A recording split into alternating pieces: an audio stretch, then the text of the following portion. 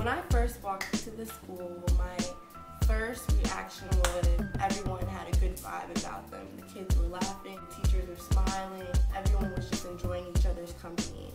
Then we walked around, we got to see the kids, they were laughing, singing, we got to sit in on a little book read, and the kids seemed, very happy to be there. My only problem was that I was looking for something tangible, some type of skill set, math problem. My concept of education, I guess, is what I was probably looking for, just because I know that it's great to see book reads, it's great to be happy, it's great to have a good environment, and that's a foundation to any educational system. But at the same time, I know that these kids are at risk in a sense. They're in a community that is low income. They don't have the necessary tools to get themselves to a college. So I really wanted to see something tangible so I could know that they would be okay in the future.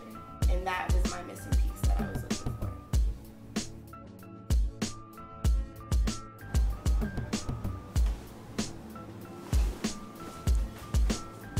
for. So when I first walked into space, I understood that I walked in with bias. Growing up in America and only going to American schools, that's all I know, and that's all I really have to judge anything off of. When I first walked into space, the first thing I noticed was it was a very productive space for learning in general. There was no force-feeding information down the children's throats. There were a lot of different activities that help kids develop skills, cooperation skills, or creative thinking skills. I think those small things need to be implemented in any education system, but I don't think that any environment or any space that contains those things should necessarily be called a school. And that's not what I really see this space being. It definitely was different from what we were used to back in the States. There was a cutoff age for these children. They stopped letting them come into this program in the school, whatever you may call it, at the age of 7. I think that learning prior to the age of 7 is basic things. So to say a curriculum is implemented, to say any real substantial, knowledge is given, it's more foundation. Learning how to count and learning the ABCs, the beginnings of reading. I mean, it's a great thing, don't get me wrong, but to call it a school, no, I would call it more of a daycare. It's a great thing. The kids are learning, they're interactive, and they're learning how to behave with each other, around each other, sharing, and all the stuff that we learned as little children. It is somewhat structured as a school. It's a different country, like you had said, but at the end of the day, it's more of a daycare than an actual school. It's not a really learning institution, and that's me being a devil's advocate.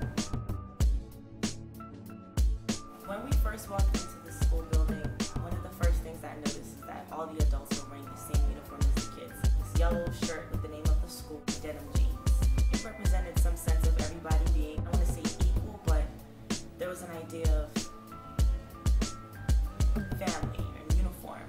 There was singing, there was community builders, there was students' work on the wall, there were vocabulary words, pictures. There were just so many things that I took note of because being an educator, I noticed that a lot of times we get stuck on standard curriculum and we forget about a cultural curriculum or the things that in my eyes are quiet that also play an important role. And I think at a young age, what is really important in addition to math and reading and performance-based education is the idea of personality and practice of language and singing and dancing and all of that I saw. And I think that's important, and I took note because one day I want to open my own school, and I'm going to have the quiet thing.